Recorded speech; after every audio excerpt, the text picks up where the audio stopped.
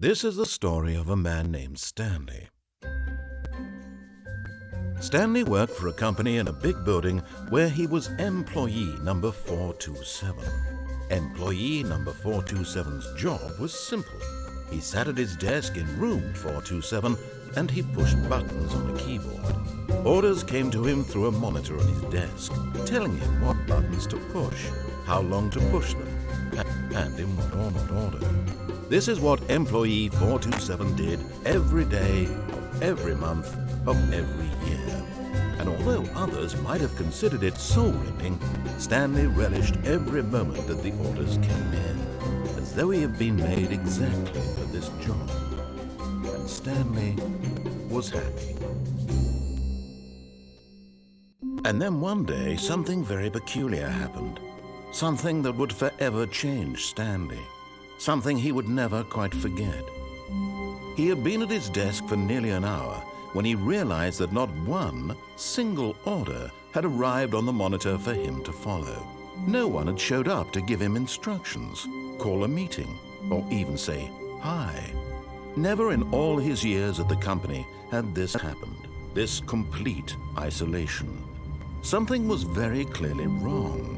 Shocked, frozen solid, Stanley found himself unable to move for the longest time. But as he came to his wits and regained his senses, he got up from his desk and stepped out of his office.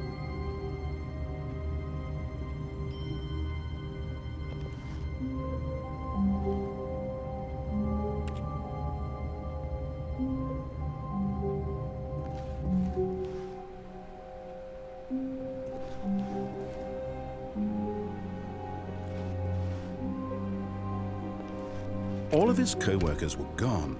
What could it mean? Stanley decided to go to the meeting room. Perhaps he had simply missed a memo.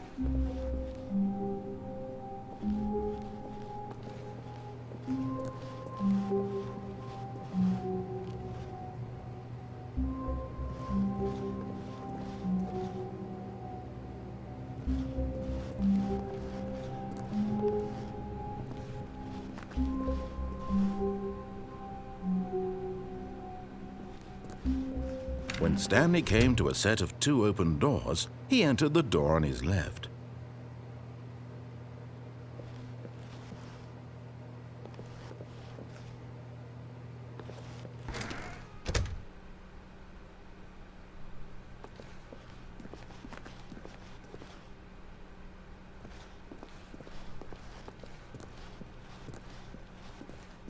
Yet there was not a single person here either. Feeling a wave of disbelief, Stanley decided to go up to his boss's office, hoping he might find an answer there.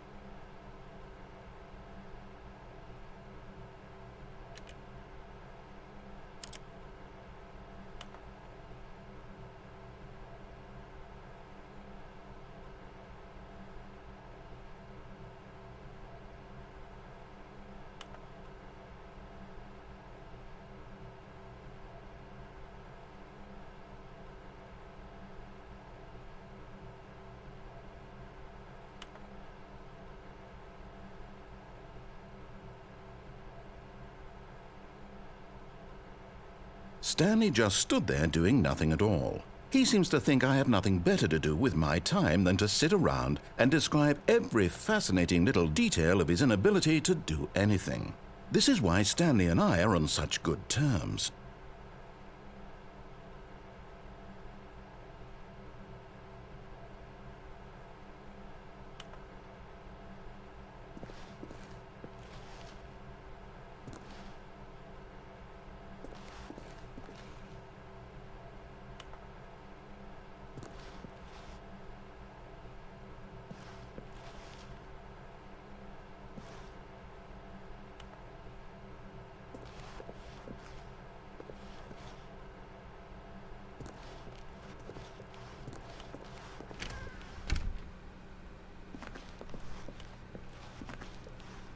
Coming to a staircase, Stanley walked upstairs to his boss's office.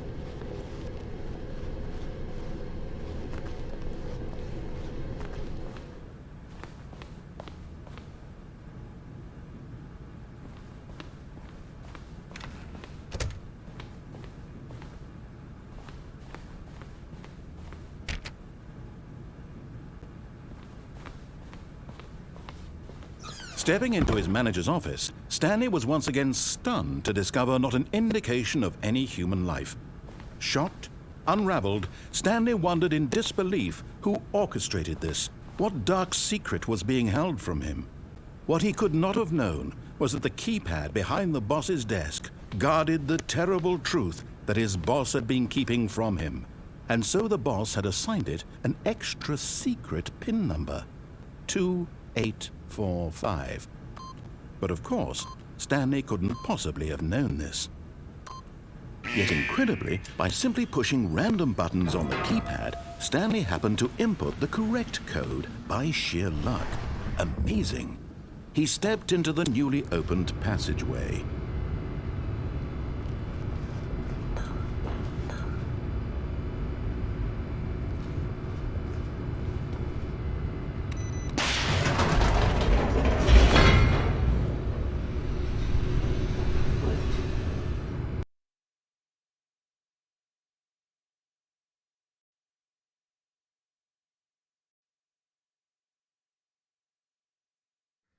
Descending deeper into the building, Stanley realized he felt a bit peculiar. It was a stirring of emotion in his chest, as though he felt more free to think for himself, to question the nature of his job.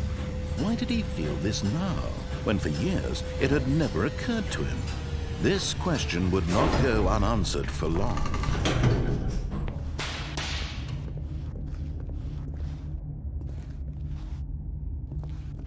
Stanley walked straight ahead through the large door that read Mind Control Facility.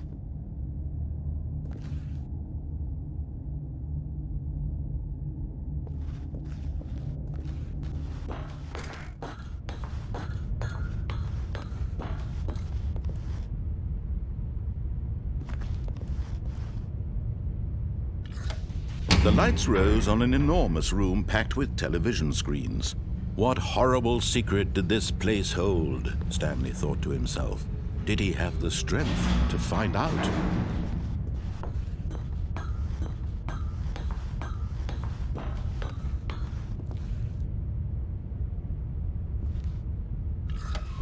Now the monitors jumped to life, their true nature revealed. Each bore the number of an employee in the building, Stanley's co-workers. The lives of so many individuals reduced to images on a screen, and Stanley, one of them, eternally monitored in this place where freedom meant nothing.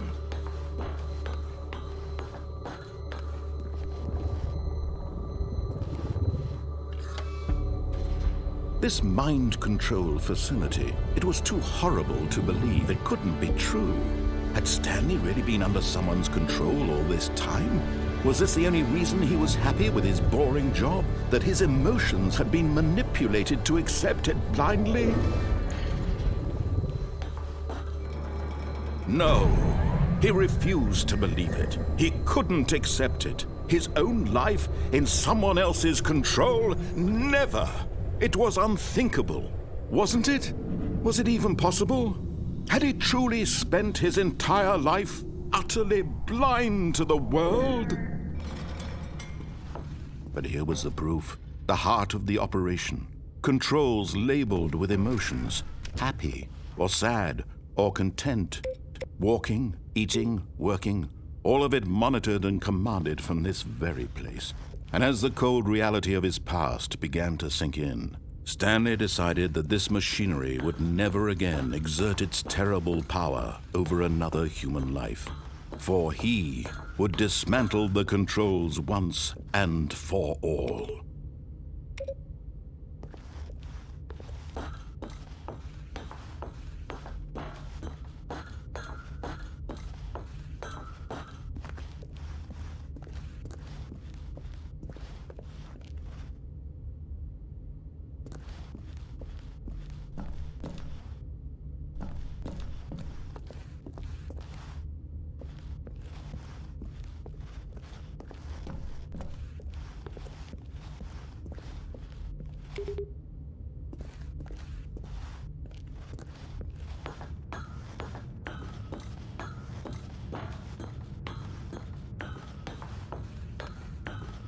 And when at last he found the source of the room's power, he knew it was his duty, his obligation, to put an end to this horrible place and to everything it stood for.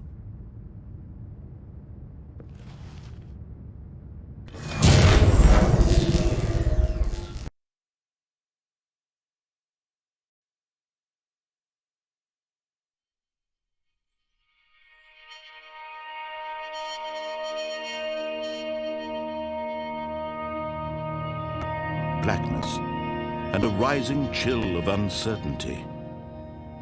Was it over?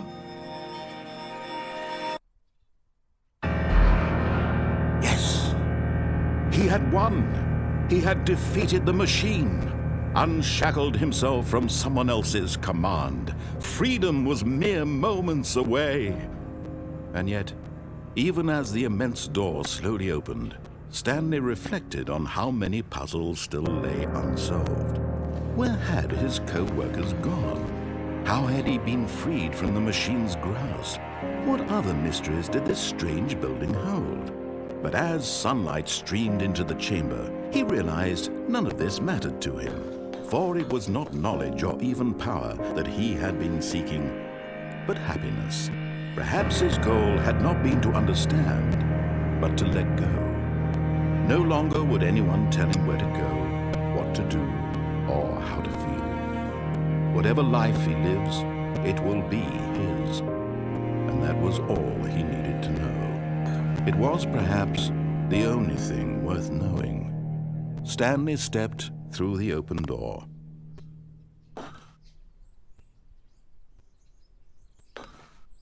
Stanley felt the cool breeze upon his skin. The feeling of liberation, the immense possibility of the new path before him. This was exactly the way, right now, that things were meant to happen. And Stanley was happy.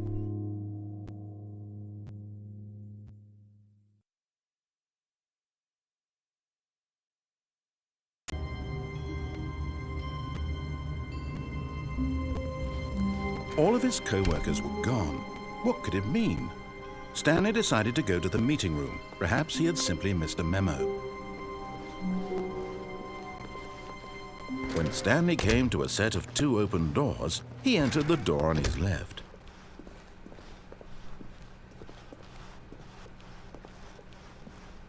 Yet there was not a single person here either. Feeling a wave of disbelief, Stanley decided to go up to his boss's. Coming to a staircase, Stanley walked upstairs to his boss's office.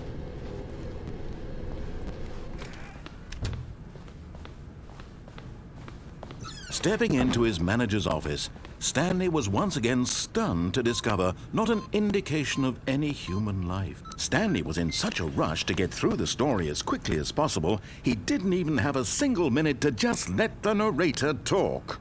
That kind of anxiety isn't healthy, so he relaxed for a few moments with some calming New Age music.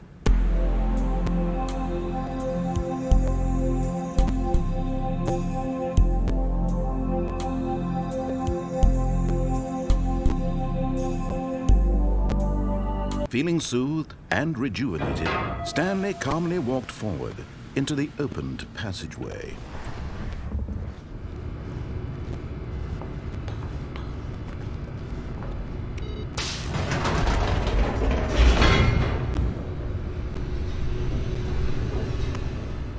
Or sad, or content, walking, eating, working, all of it monitored and commanded from this very place. And as the cold reality of his past began to sink in, Stanley decided that this machinery would never again exert its terrible power over another human life. Oh, Stanley, you didn't just activate the controls, did you? After they kept you enslaved all these years, you go and you try to take control of the machine for yourself. Is that what you wanted? Control? Oh, Stanley, I applaud your effort, I really do. But you need to understand, there's only so much that machine can do. You were supposed to let it go, turn the controls off, and leave. If you want to throw my story off track, you're going to have to do much better than that. I'm afraid you don't have nearly the power you think you do. For example, and I believe you'll find this pertinent, Stanley suddenly realized he had just initiated the network's emergency detonation system. In the event that this machine is activated without proper DNA identification, nuclear detonators are set to explode, eliminating the entire complex. How long until detonation then? Let's say 2 minutes. Now this is making things a little more fun, isn't it, Stanley? It's your time to shine. You are the star. It's your story now. Shape it to your heart's desires. Oh, this is much better than what I had in mind. What a shame we have so little time left to enjoy it. Mere moments until the bomb goes off. But what precious moments each one of them is. More time to talk about you, about me, where we're going, what all this means. I barely know where to start. What's that? You'd like to know where your co-workers are? A moment of solace before you're obliterated? All right, I'm in a good mood. You're going to die anyway. I'll tell you exactly what happened to them. I erased them. I turned off the machine. I set you free. Of course, that was merely in this instance of the story. Sometimes when I tell it, I simply let you sit there in your office forever, pushing buttons endlessly and then dying alone. Other times, I let the office sink into the ground, swallowing everyone inside, or I let it burn to a crisp. I have to say this, though, this version of events has been rather amusing. Watching you try to make sense of everything and take back the control wrested away from you, it's quite rich. I almost hate to see it go. But I'm sure whatever I come up with on the next go-around will be even better. My goodness, only 34 seconds left. But I'm enjoying this so much. You know what? To hell with it. I'm going to put some extra time on the clock. Why not? These are precious additional seconds, Stanley. Time doesn't grow on trees. Oh dear me, what's the matter, Stanley?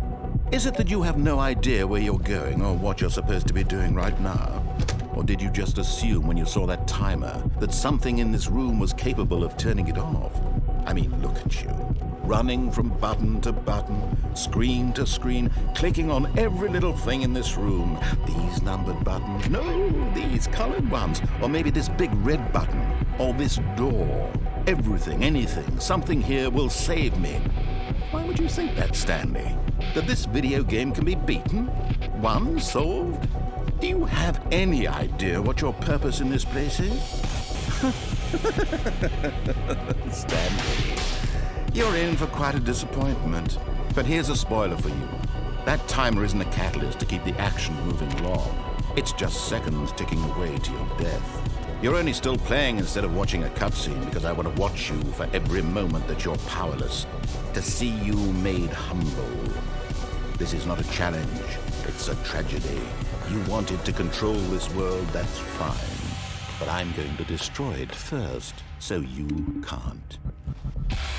Take a look at the clock, Stanley. That's 30 seconds you have left to struggle. 30 seconds until a big boom and then nothing. No ending here, just you being blown to pieces. Will you cling desperately to your frail life, or will you let it go peacefully? Another choice. Make it count. Or don't. It's all the same to me, all a part of the joke. And believe me, I will be laughing at every second of your inevitable life from the moment we fade in until the moment I say, happily ever after.